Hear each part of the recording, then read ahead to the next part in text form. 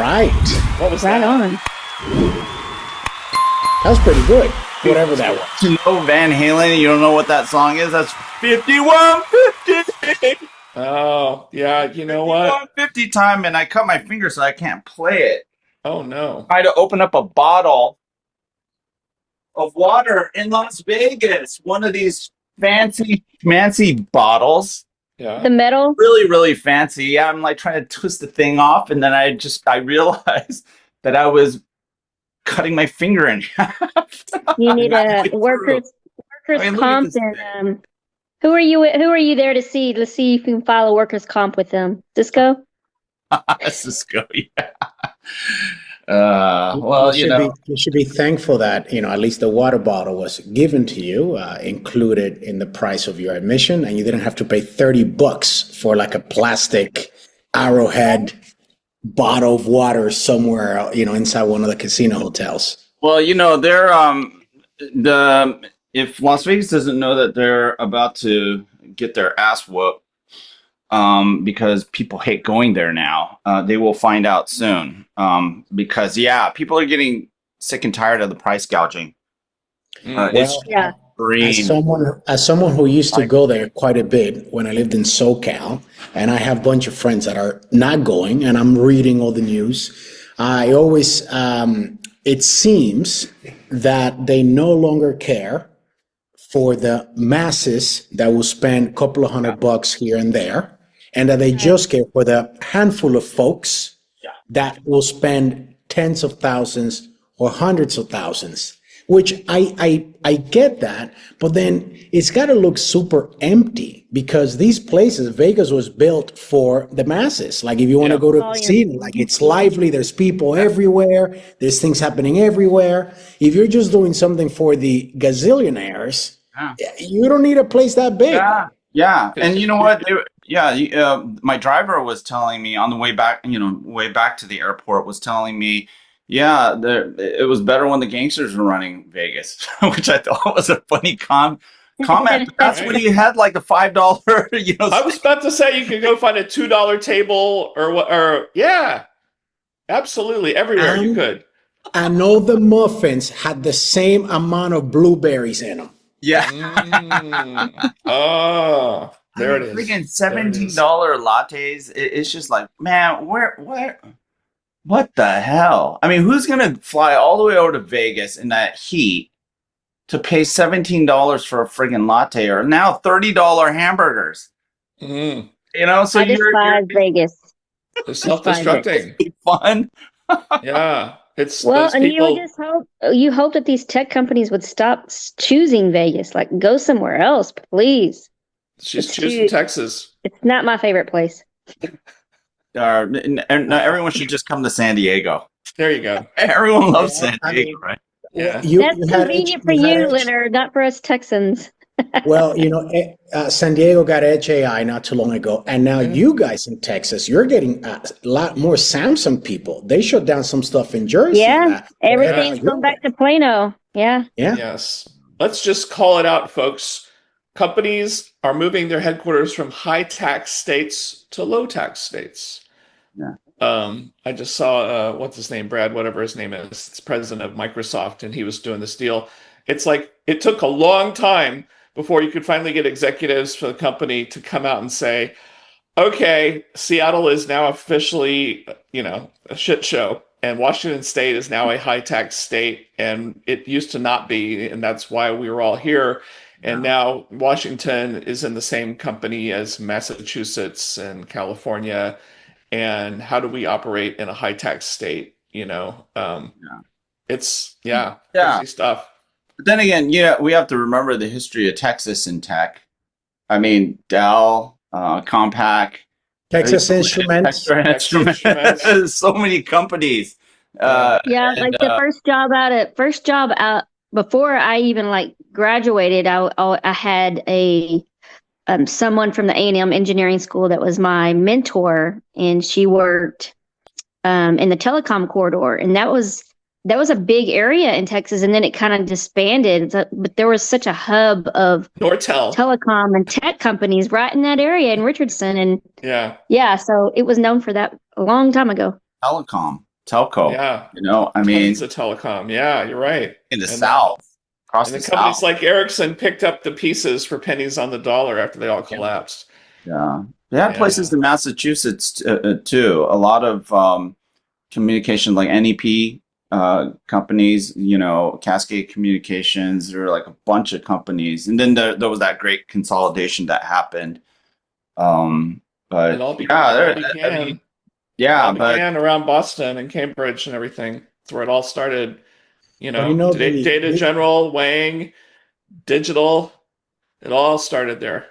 this whole thing with now, of course, a business is a business. Business exists to make money, and we're Yeah. beholden to shareholder value. Like I get it, Right. but you know, the days of the social contract, they're just over, because when you have, pick your state, pick your industry. Doesn't, I mean, we can stick to state of Washington, but you've had a tech hub there for so long that a community has grown around these employers, and people have made generational decisions based on that. Oh, Like, yeah. hey, I used to work at this company, so you should go to Washington State University, or you want to stay local because, this is what's happening in this area. And families would grow, and you have multi-generational folks inside of companies. And I know it might sound strange in the context of tech, but in the Pacific Northwest, Rob and I, we know a lot of people that are like fifth generation lumberyard guys, farmers, apple growers. We can throw Weyerhaeuser. Like, we all know the family that has worked for that mill, or the mill doesn't exist anymore. But it's nuts when they do this and then they move. And of course, it's people are not going to pick up and move from place A to place B just like that. And it's sad, because from a cost perspective, where you're going to have to hire people, they might not know your company as well. It might take you a bit of ramp up period. Like, what happens to all that? But we just get stuck in let's go to the lower tax state. We're going to lose a bunch of people. But I'm the leader taking care of this thing, and my short-term incentive is all I'm looking for, because I get a bonus next quarter. Yeah. I remember way back when, even, when things were great in Washington State, and AT&T was all up in there. Oh my God. And I remember I had so many friends who worked at AT&T in Redmond and all around there. And one day they all got an email that says, "Your job is now in Dallas." Well, And you know what, Rob? They were they had their headquarters in San Antonio, Texas. Yeah. For so long, but those buildings were Southwestern Bell, whatever. Buildings were so old.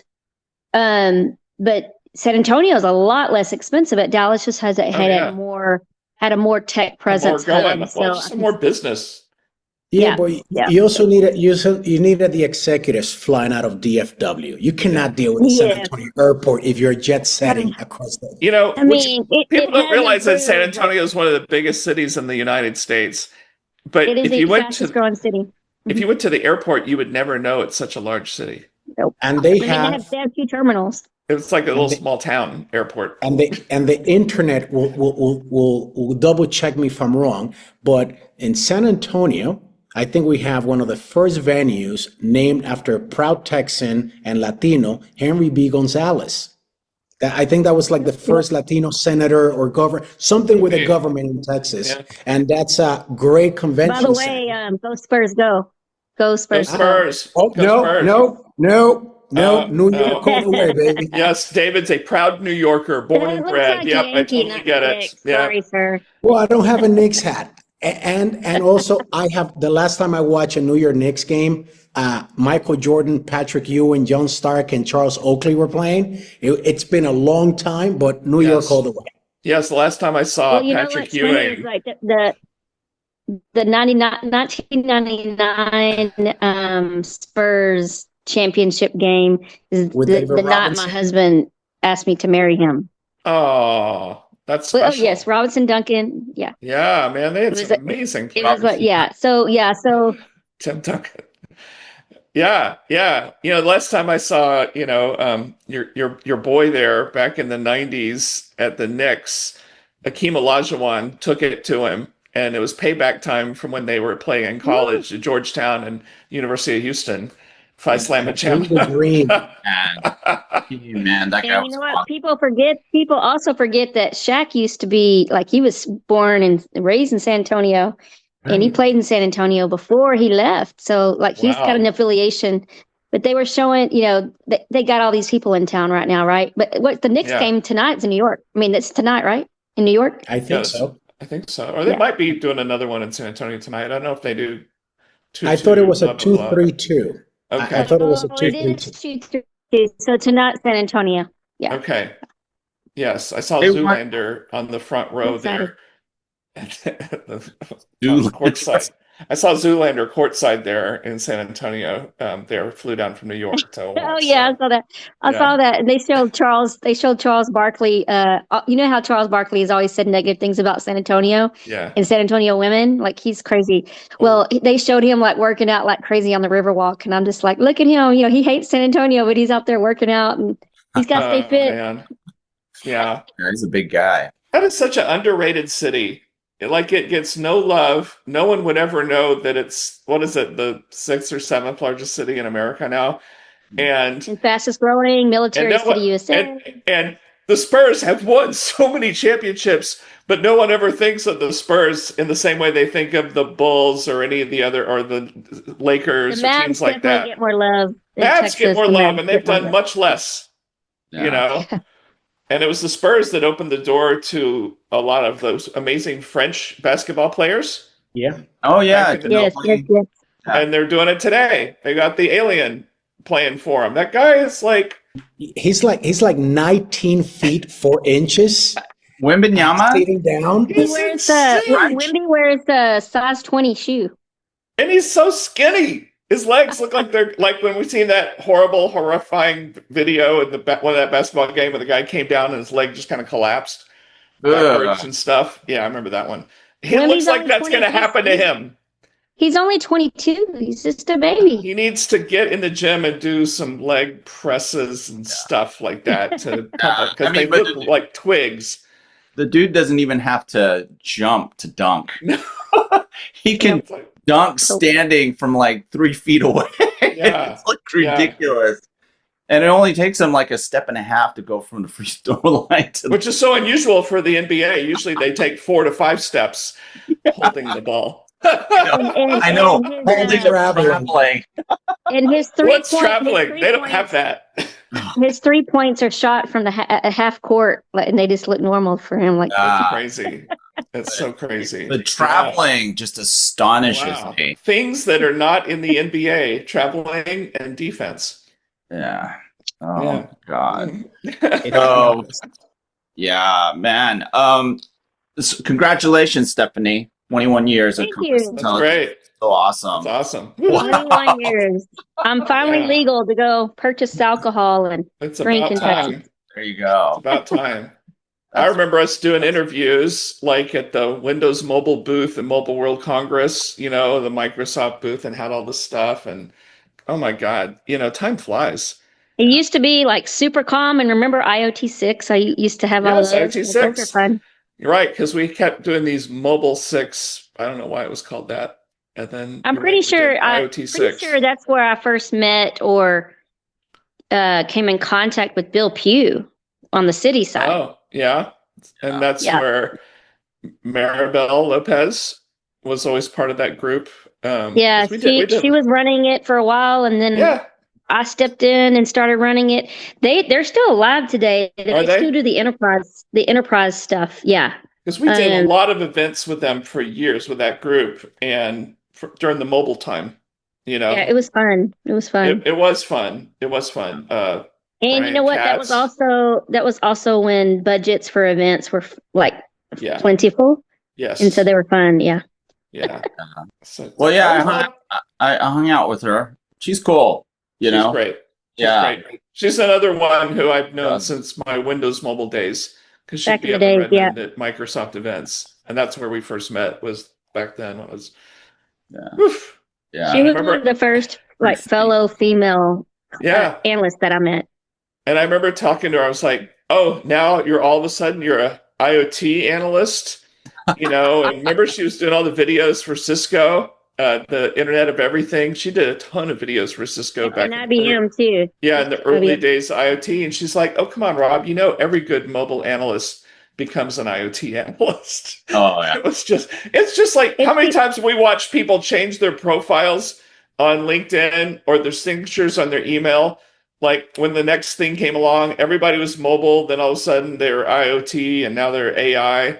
It's Well, hilarious. everyone's doing it. Actually, that was one of the running jokes that with one of the Cisco executives.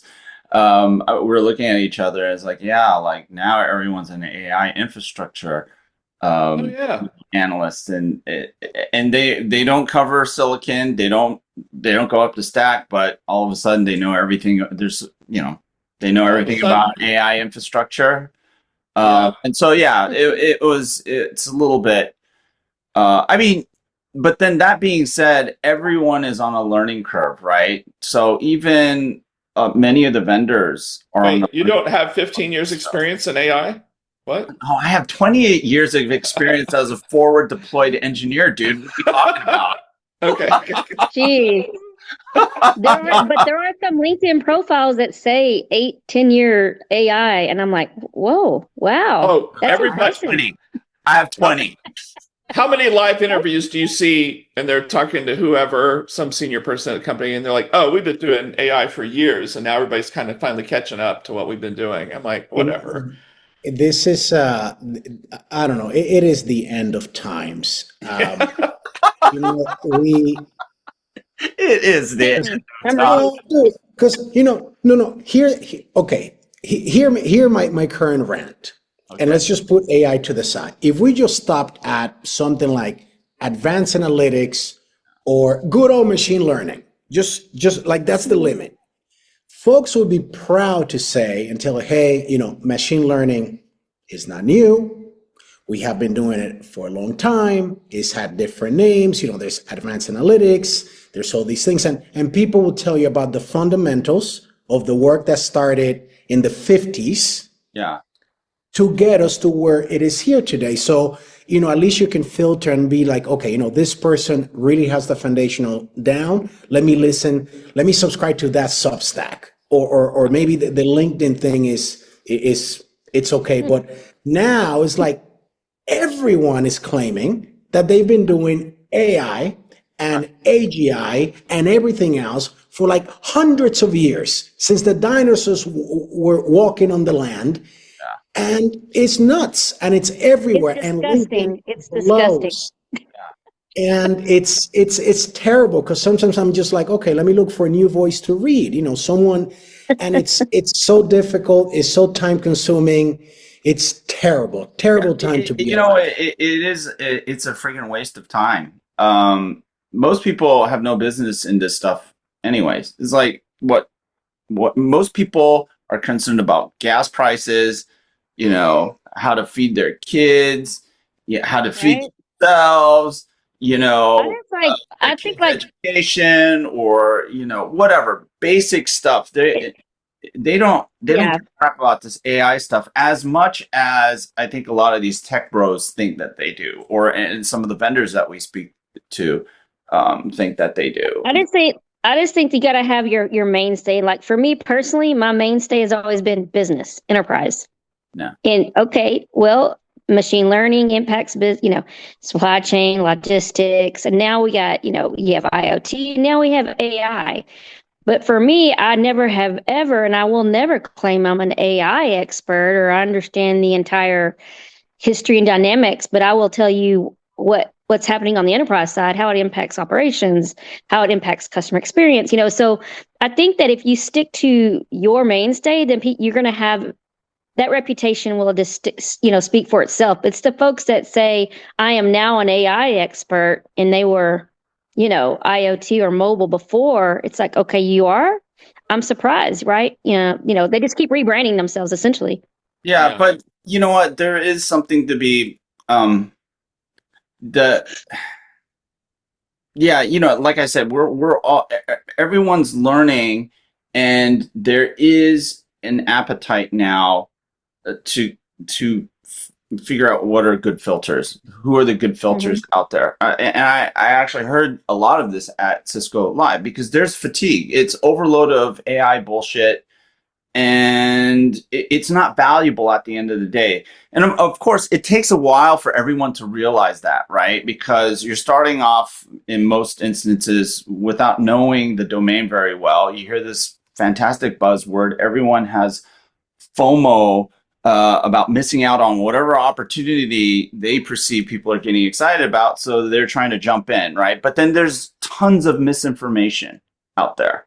And so now you have all these false narratives or misguided narratives trying to shape the public perception of sustainability, how sustainable these data centers are.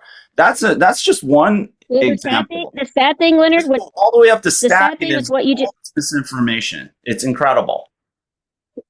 Well, the sad thing with what you just said, Leonard, is all of what you just said is being fed into AI as golden fact. Yeah, and it's fact, and that's why I tell people I find Hashtag facts. very, very unuseful, because when you go and you click on the references, it's some friggin' Yahoo's Reddit, and the guy is just like venting and Right, Reddit.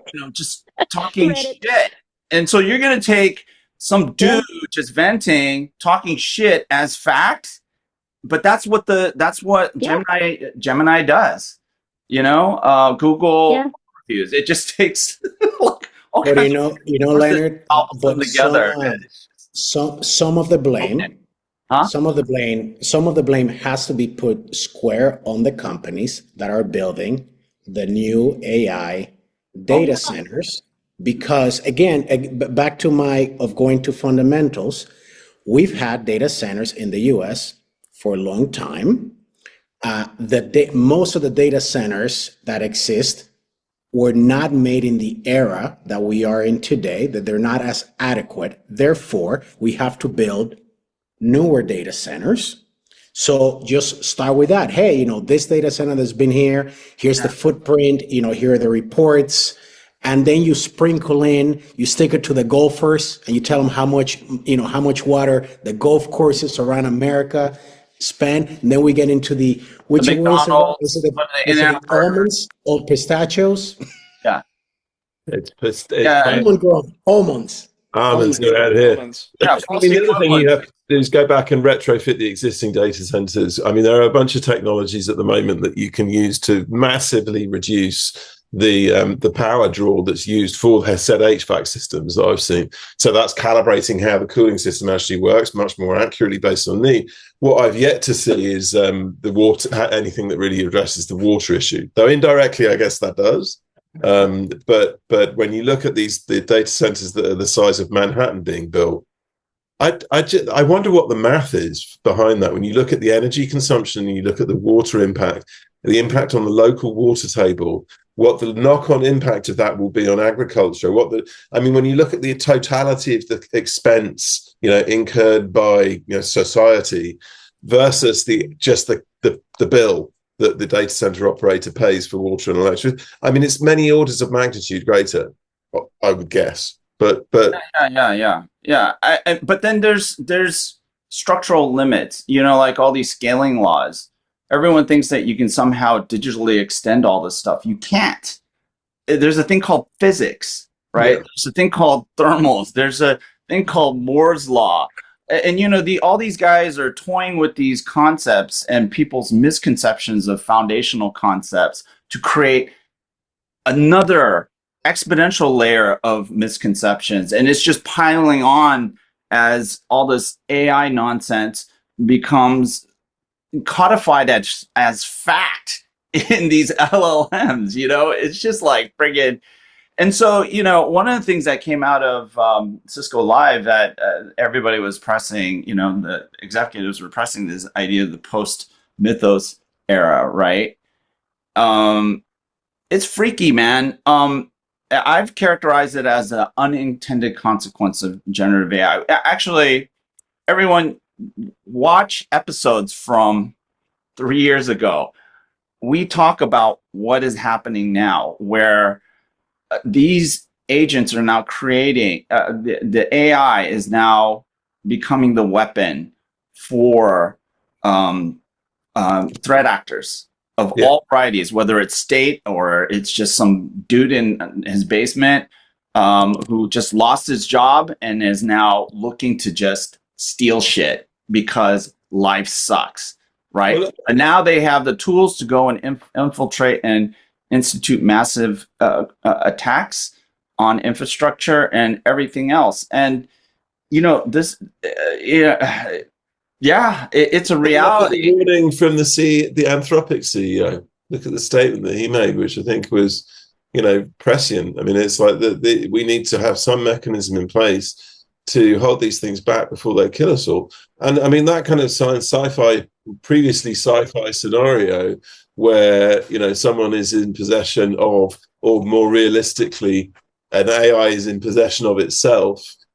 Even in some of the stuff that I've been doing, stringing together agents, you see, and in some instances, there's one particular instance which I won't go into huge detail on, but it where the agent figured out a way of circumventing one of the core instructions. Now, in that instance, it was follow this template. Here's a template document, follow this template, write a report that does blah, blah, blah.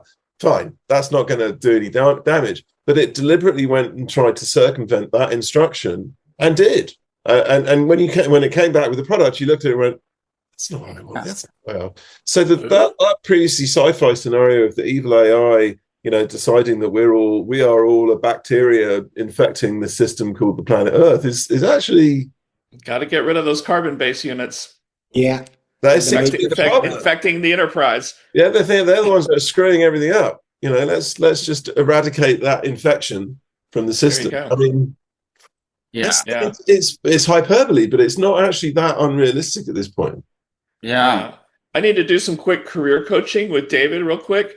Make sure that you stop saying things like I'm going back to fundamentals. You need to say first principles. So just switch fundamentals with first principles from now on. Okay. First principle. Got it. All right. Good. And then also, you are a forward deployed engineer. Yes. That, 25 years ago.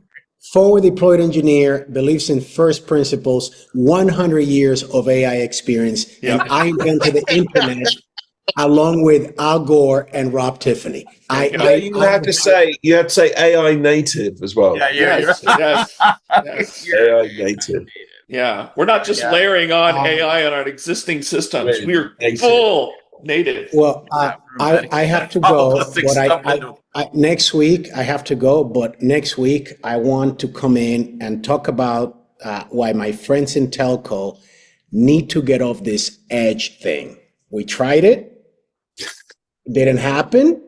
Nothing has changed. I don't want to hear about inference or training. It's not going to happen. And I'm going to come with some fire because I am a forward deployed engineering person, and I'm going to talk about it next week. Okay. Try and be here. I think we could have quite a lively debate. I love that. All right, you guys have a good weekend. All right. Have a good weekend. Adios. What happened when I turned up late? You guys were having a serious, proper conversation about something, and then it all just blew up. And then I'm starting to see some correlation here between. But I think there definitely. It's funny because it's like companies like Anthropic and OpenAI lit the fire in the building, and now they're running around trying to provide the fire hose to put the fire out. Who's going to be seen as the goodie versus the baddie? Who's going to be the Microsoft versus the Google? Who's going to be the? I think some of it is just politics, but I think when you look at there is this field of AI nonsense which I'd class a lot of the consumer stuff is like, okay, great, you can do some interesting stuff. But I think for a lot of industries and the VC industry that I'm in at the moment, I mean, a colleague was telling me about a kind of CEO level kind of boondoggle he was on recently. And the CEO of a very large public company kind of stood up and got on the whiteboard and drew out a relatively high level kind of flowchart of what his company does. And then, drew a box around the middle, inputs, outputs, drew a box around everything in the middle and said, I'm deleting all of that and starting again. because the way that the workflow used to be just isn't relevant. And you know, in our own company, you know, we are using AI to perform a very large chunk of what traditional VCs used to do and used to position as their differentiator.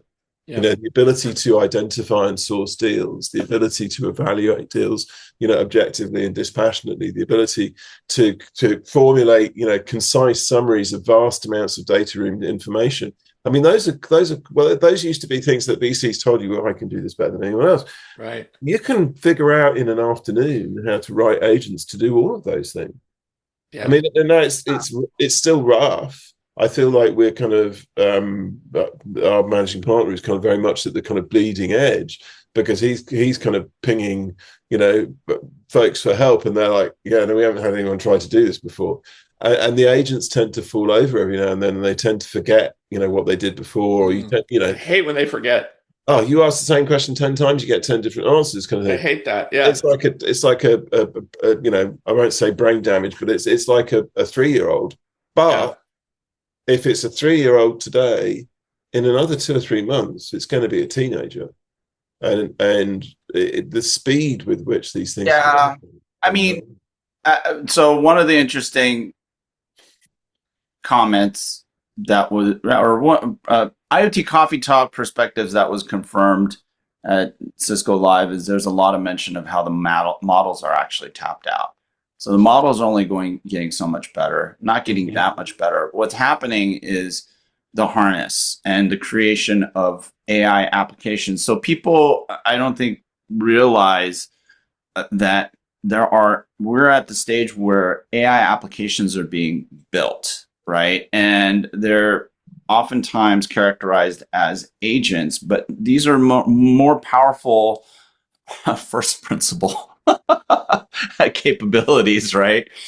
Yeah. Or what we used to call foundational capabilities. First principles. Not foundational anymore. It's first principles. Dude, come on. And so, you know, there's all this like hoopla about what do you call it? Recursive self-learning systems, right? Like learning systems. You can already do some of this crap. It's an illusion, but they're called agentic loops. Mm-hmm. You can structure it so that it looks like the application is learning. The model isn't learning. It's participating in a mechanism or a harness that simulates or, you know, so all these long thinking issues that you guys are talking about, or memory issues, are addressed by the harness, which might be, you know, committing certain, you know, memory to different types of data store or memory types, and then retrieving using tools, right? So when you look, so it's not rocket science. It ends up being code, right? And but it creates the illusion, and so these folks who are talking about, oh my gosh, you know, we might have RSL in a couple of years, like Dario. He recently, I guess, posted a blog about this concern. We're already there. The model doesn't have to get there. You can effectively do what a lot of people are fearing can happen, because, you know, you're selling an illusion. All this stuff is an illusion of intelligence, an illusion of reasoning. It's an illusion of all these things. And you can have the illusion of learning. So illusion of learning. Yeah. And you know what? The thing is if people believe this stuff, and most people will, because they don't know how this stuff works, that is either good enough or that is scary as hell, because people are believing something that they shouldn't believe in the way that they're believing it. You know, here's what I'm imagining right now, Leonard, is I'm seeing they're making a movie right now about AI, and Sam and Daria are on stage, they're filming, and then the director's like, wait, hold on a sec, cut for a second. I got to make some updates to the script. and then he hands them their new lines, and that's the new lines where they all of a sudden have their new script, and they go, "Oh, it turns out AI is not going to take away any jobs." And we were all wrong about that. All that stuff we've been saying this whole time, preparing for IPO. Yes, it's all good. No jobs. It's going to be fine. I mean, isn't it funny how like in the last week they just pivoted and started saying something totally counter to what they've been saying the whole time? Well, and that's what Jensen's been doing. He's a bag of contradictions, like. Ooh, I like that term. Yeah, no, Bag of literally. No. contradictions. Hey, just go and watch any of his keynotes. He'll make a statement to defend or promote one part of his portfolio, and then that will totally shit on the other part of your portfolio. And then when he gets to the other part of the portfolio, he does the same the one that he did just before, right? I mean, it's like a total contradiction, and that's the thing. As analysts, our jobs really should be calling those things out and say, "Hey, look, there's an inconsistency here." But fundamentally, let's look at it from a technology perspective, but also its application.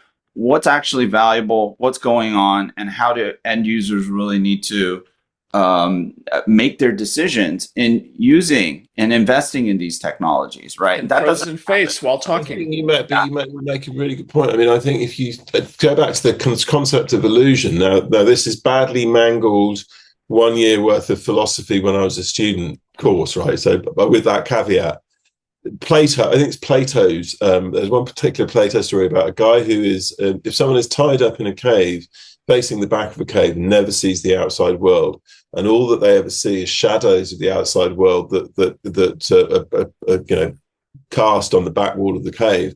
What is real and what is not, what is the concept of reality? But other than what our lying eyes are telling us, and you could extend the analogy to say, there are many situations in which people hallucinate and see things that aren't there, and so therefore are the things that we actually see. The thing.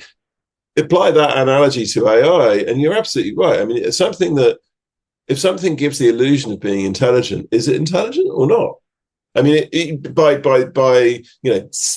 strictly speaking, no, it's not. But the role of analysts and the role more broadly in society, I think, of journalism is to provide a trusted, educated, informed viewpoint, such that normal mortals like myself and others can actually trust what they're reading from a source and go, okay, so I now understand the facts, the pros, the cons, and here's a conclusion that's offered to me by someone whose conclusions in the past I have read, validated, trusted. But there is so much of that is, I mean, without casting aspersions on the analyst community are paid by the companies who are building these. Well, yeah, and then that's interesting that you're bringing that up, because there needs to be proper disclosure, because you have some of these guys that get up on CNBC and start talking about stock price. What stock do you own? That they're getting paid by a lot of these companies.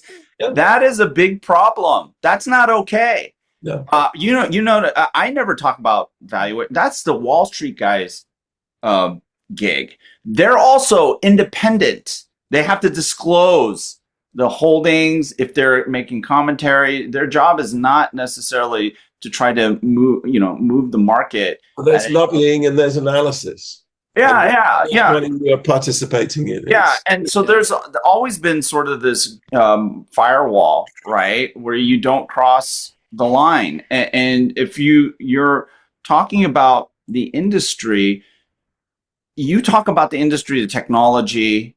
And at best, you can talk about the growth in across a particular segment, and because that's all important. But you don't talk about the friggin' stock price. You have no business talking about that, right? And you're right. The perception of the analyst is becoming sullied, because we're now being characterized as being untrustworthy, because we have folks in the industry playing this weird game, right? Trying to, get paid. They're getting paid to move the stock.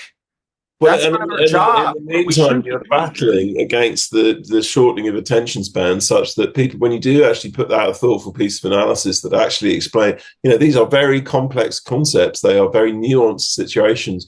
And when you look at AI as a whole, it's impossible to say generic things like, oh, it's good or it's bad.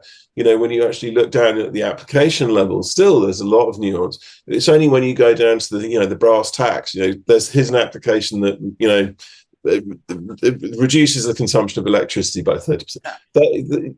The complexity demands a complex assessment and analysis, and people can't absorb that information anymore. They can't sit and read a piece of analysis that takes them more than a couple of hours to read and absorb that information. So you're kind of catch-22. Those analysts that are providing very accurate views and very carefully considered assessments of situations, their information is not filtering through because people are just captured by these soundbite headlines that come from the quasi-analysts who are saying, this is going to be fantastic, change the world, blah, blah, who are being paid to say those things. And you ask an AI instead. You go to ChatGPT and say, "What's the answer to? Is this a good thing or a bad thing?" And ChatGPT is like, "It's fantastic." And then I ask it to do math. Yeah, really? Math is deterministic. Yeah, there's an answer or there's not. Yeah, to an LLM, to an AI model, it's like, sometimes 1 + 1 can equal 2. Wow, I read an edit that Reddit that it isn't occasionally. Yeah, no, you're right. I think I read the same thing. Alistair, when you just said save electricity 30%, reduce electricity usage, it made me think of people are so into solved problems, and now they got to solve it again with AI, and they're on some bandwagon, and it just makes me think of,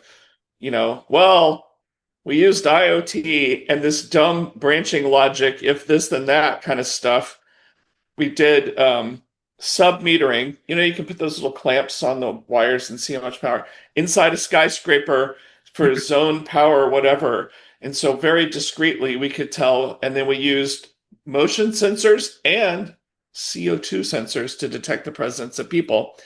And then we could shut down lights and we could throttle back HVAC. And we saved 30% on electricity. You didn't need AI. And now there's going to be all these new people that are like, we're bringing AI to smart buildings and we're going to save 30%. Dude, I will tell you right now.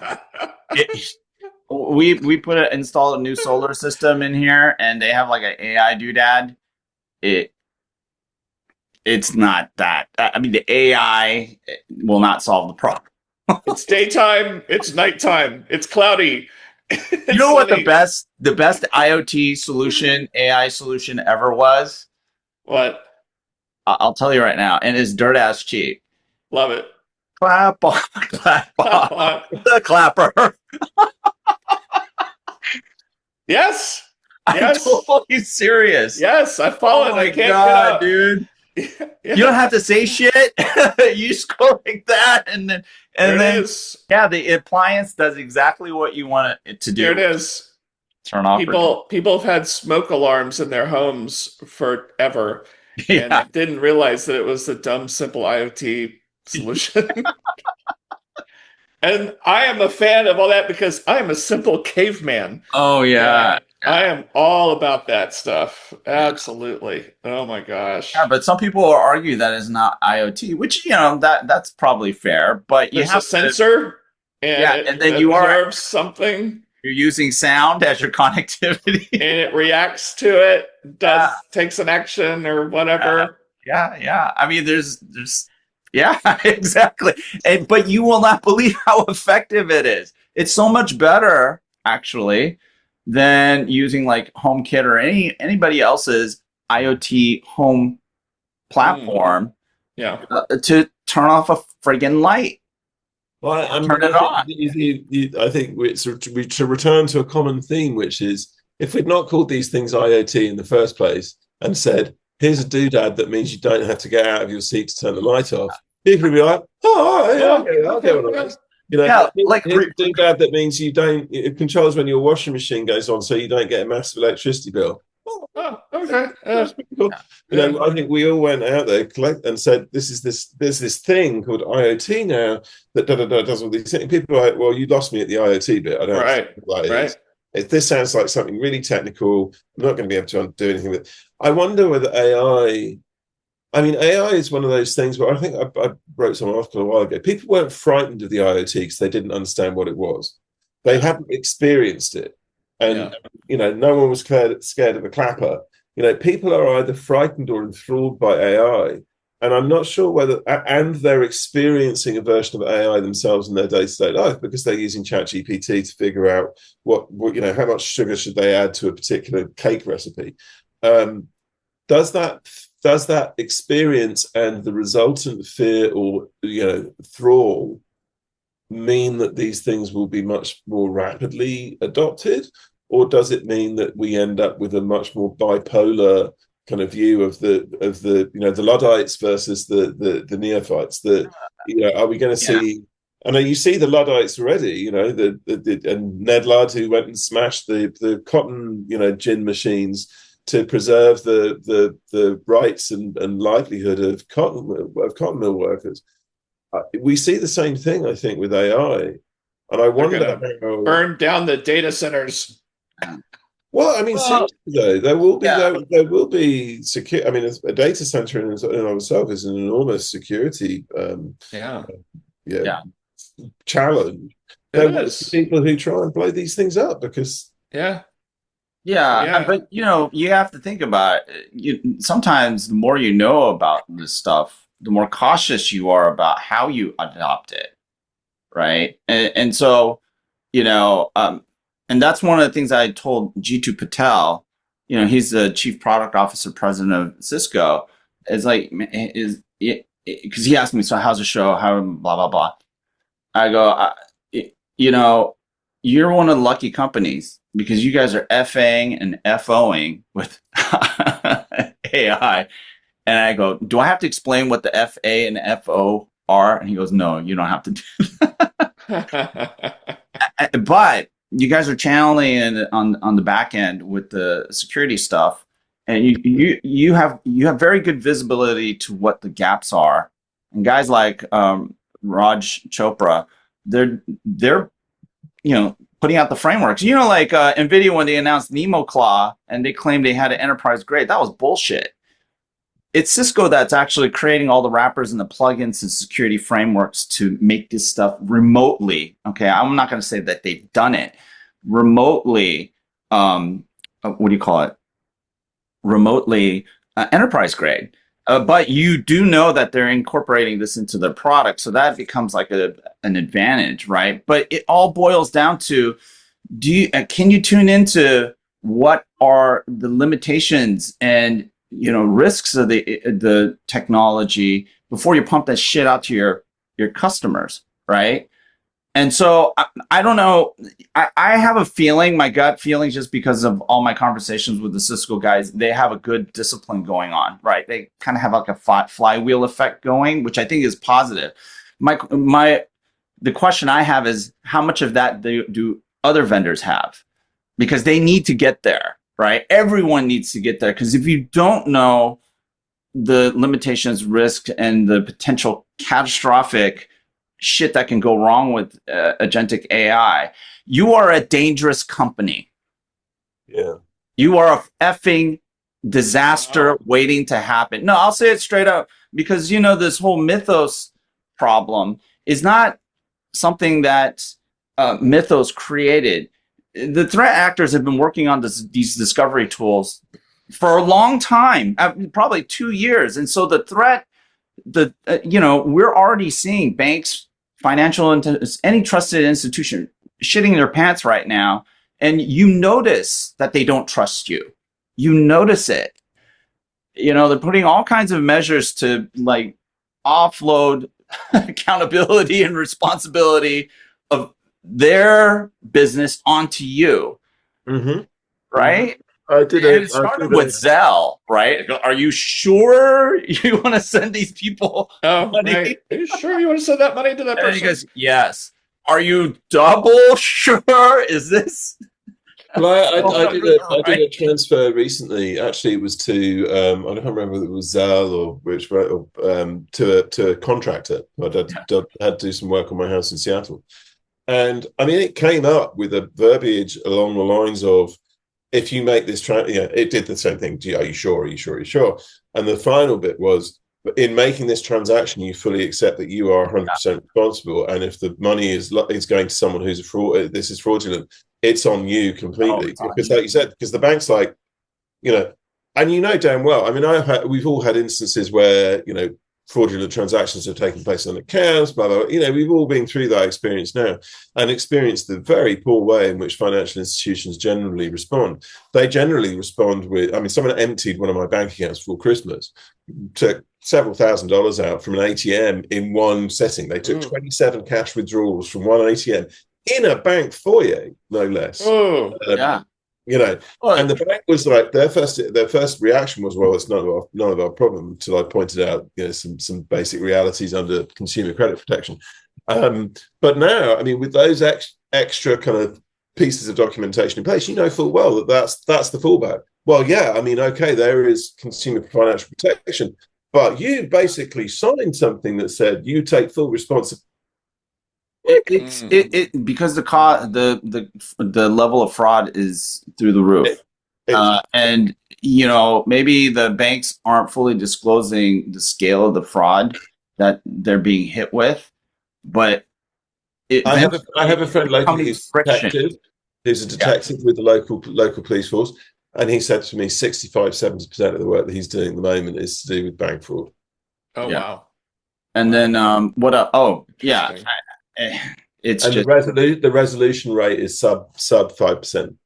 The crazy thing is, the banks don't even trust doing a money transfer between myself and myself. Well, that's understandable. Are you sure you trust yourself? I love it. When you said myself and myself, I instantly went to Austin Powers. Allow myself to introduce myself. Hey, I know we're wrapping up here. Yeah. Did you guys see, you mentioned Jensen, and did you see the new chip they came out with for PCs, for laptops? Holy shit. I mean, that's just legit. like a M1 Ultra. Well, I mean, but I think this is the injection that Microsoft probably needs for Windows. I mean, you're right. We saw Jensen do it at Computex, and then he came on with Satya at Build, and there is some old love for Microsoft in Jensen, and it's because he was building graphics cards for DOS and Windows games. Yeah. And I think that kind of stayed with them over the years. And so the fact that they've been working on this thing, I mean, as soon as they announced that chip and said, and giving unified memory to Windows, which it's never had before, but like a Mac has, and it's just insane performance. And it's like, Satya's like, it's like a data center on your desktop, and it's, all the stuff we talk about, how you do private AI. I'm not wasting tokens and spending money. It's right here. I think that's a big thing. And obviously, and you saw Intel, Qualcomm, and AMD stock just drop like a rock as soon as Jensen showed up to the party and said, yeah, I'm going to go after that $200 billion PC chip CPU TAM, and I'm going to take it from all of you guys, because guess what? We're smarter than you are. Yeah, but you know what? Last year they came out with GB10. Other than being sort of like a desktop novelty, you didn't really see that make a huge shift. Yeah, sure, a lot of people were saying, it doesn't have Windows support, but and that's when he went out of his way to say it works with every Windows program ever. We'll see. We'll see. We see a lot. Because it obviously relies using Windows on ARM. Dude got up on stage and said Nemo Claw is enterprise grade. It's not. And so, again, with him, seriously, grain of salt, prove it. And working with MediaTek is actually building the chip. Yeah, I mean, I'll tell you right now, there's a lot of other stuff that's gotten a lot of high buzz in the past 7 months that are nowhere near what those guys are talking about in terms of excitement, uptake, and feasibility. People don't know this because they don't do what I do. Right. But I will tell you, I will give you the Cliff Note version. It's not happening the way that people think. We'll be able to find out for sure this fall because Dell and Lenovo and everybody's HP is coming up with laptops and things based on this chip. So we'll be able to see for ourselves. Yeah. It's going to be the most expensive PC you ever bought in your life. Right. I mean, I heard numbers float around like $4,800. You know, 128 gig of unified memory in the chip. Yeah, I mean, it's going to be like the Vision Pro. How many people are going to buy it? It's like I can run a 1 trillion parameter LLM on my desktop with this thing. I wonder how much of that bomb is going to Jensen. You know. Well, but you have to also consider the fact that everyone is talking about the Mac Mini.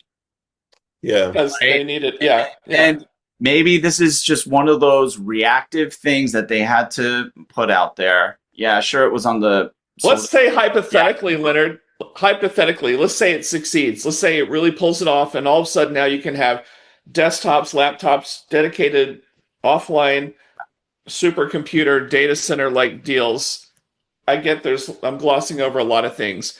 How does that impact all the hyperscalers who've spent hundreds of billions, getting close to trillions on building all this infrastructure, and now all of a sudden I can go down to Fry's Electronics, rest in peace, and pick up my own data center and have it on my desktop, and I'm not going to use AWS or Azure or Google. I can do it right here. I think it's a lot more complicated. The answer is a lot more complicated than that. Sure it is, but generally speaking, that could happen. Inference. I mean, if people really crack the nut on proper neuromorphic computing, I think that whole kind of concept of, well, if you look at the way LLMs are built, that's like this sledgehammer approach to the world. How is it that a mouse's brain is able to go through a decision making process for the merest fraction of a nanowatt? To get to an answer, and never mind a human brain. If we can figure out actually how to take that model and replicate that model, then you're right, Rob. I mean, I think the data center the size of Manhattan starts to look like, the Great White Whale. I mean, it's kind of like, and the bad bets are already happening with AI infrastructure, and the whole idea that generation after generation it's going to be everything on the same roadmap, the data center architecture and the layout, it's going to be no, it's absolutely not like that. And that's where you have to give Satya kudos, because at least he was honest. Like, we're being very careful, we're going to spread it out and we're going to let other people take on the risk. I mean, this is like IBM in the 70s probably saying it's going to be mainframes forever. What's this PC thing? Oh shit. Oh, and then we're going to swing to cloud and mobile. Yeah. And now we need data centers the size of Manhattan. Oh, what is that little chip there that's like a supercomputer on my desktop? Oh shit. And it swings back again. All of a sudden my compact Desk Pro is running a 1 trillion parameter LLM, and suck it, mainframes and giant data centers. Yeah. Sorry you blew all that cash and laid off all your employees. Yeah, exactly. I mean, people are still FAing and FOing. I think we need more people who are have a FOU, fear of fucking up. There's not enough of that out there, right? There's too much of like FOMO and FA and FO. And I actually... Yeah, you should write like a 50-page report on that. You're fucking up. The existential threat that's perceived is not keeping up, whereas the existential threat that actually is probably the more real one is, a terminal event. And I think Microsoft and the larger companies with, large shareholder bases and big market caps to worry about, they're probably more focused on the second scenario where, if we release something that causes, mayhem, then we're done as a company. Yeah. The smaller companies don't have that. And so they have no incentive to be cautious. And all the companies out there, I just want to say this because, the OpenAI guy, who apparently is a really good security dude, got up on stage and said, effectively said that, we need to cultivate these blameless companies. Fuck no. If someone screws up, there has to be accountability. When it comes to security, it's all about accountability. Half of what everyone's trying to do with enterprise grade is to create that trace to who's accountable. It's not about, we're going to be all kumbaya, and if you F up, we're going to just, be a team block. You need a fear of fucking up, because when you fuck up in this agentic age, it's going to have consequences. You're not absolved from it. And so this mentality, if you're one of our listeners and you have a company, do not base your culture on faultless, blameless, blah, blah, blah. We need accountability more than ever, because if without accountability, there is no trust, right? And that was the other big theme at Cisco Live. It's how are we going to trust things? But then when you have like these guys talking about no one's to blame, how are you going to trust that guy? How are you going to trust that organization that doesn't hold anybody in their organization accountable for anything? Mm-hmm. So they screw up on you. They screw up the service. They jack up your business, and they're going to go, well, let's not blame each other. What? Yeah. I mean, this Silicon Valley, twisted mentality is just so toxic. It's unbelievable. And a lot of these guys, the vendor leaders, they're drinking this nonsense, and it's going to be detrimental to their business. So basically, when they wipe out all civilization, someone's going to just say, like, it's like that Howard Jones song. No one is to blame. We're good. We're good. Yeah, I mean that like really was upsetting to hear, and that kind of stuff just needs to be flat out shut down. Yeah, I mean, how many of the most relevant, important engineers from OpenAI are still there? All the major ones have all left because they don't trust Sam Altman as far as they can throw him. For real, they all left. All the other big players, they all were there together, and then Dario and his sister leaves, and their CTO, she's doing her. I mean, so many left because they're like, Sam doesn't care about security. Sam doesn't care. Sam's a different responsibility. Blah blah blah. Sam's got a different kind of. What kind of person Sam is. They're not the only company. There's a lot of companies that have ditched their ethics, boards and review. They've thrown governance out the window, and I think companies out there, buyers, should use that as a measure of what kind of trust you can actually impart on these guys, or hold their feet to the fire, because it's going in the wrong direction. And this post-mythos era, man, things are about to get really, really scary, whether you like it or not. Doom Friday again. Huh? Back to Doom Friday again. Oh my God, I know. Sorry. People are going to get depressed watching this. I mean, it's all right, it's time for the weekend. Let's go have some fun. I'm going to go out to the country and keep working on my bomb shelter and my bunker. I'm going to buy more rounds of 50 caliber shells for my guns around the perimeter. Yeah, isn't that what everyone's apocalypse? Doing? Yeah, the AI apocalypse. We need to write that book. Anyway, I think it might be being written as we speak. Safe AI, people. Safe AI. Be responsible. Don't be good. All right, everybody. Thanks for joining us on this wonderful, delightful, upbeat episode of IoT Coffee Talk. My fault. All his fault. We're not a blameless podcast. Absolutely. You need to take the happy pills Friday morning, Leonard. I had caffeine. Yeah. It was great to see Stephanie today. Yay. 21 years of her analyst firm. That's great stuff, man.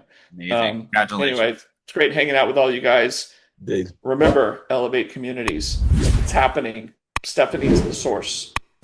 Kind of like in the Matrix, you got to find the source. Talk to the architect. Anyway, it's all happening, and we're going to see you next week, and it'll be delightful. Have a positive, upbeat, fun weekend. We're out.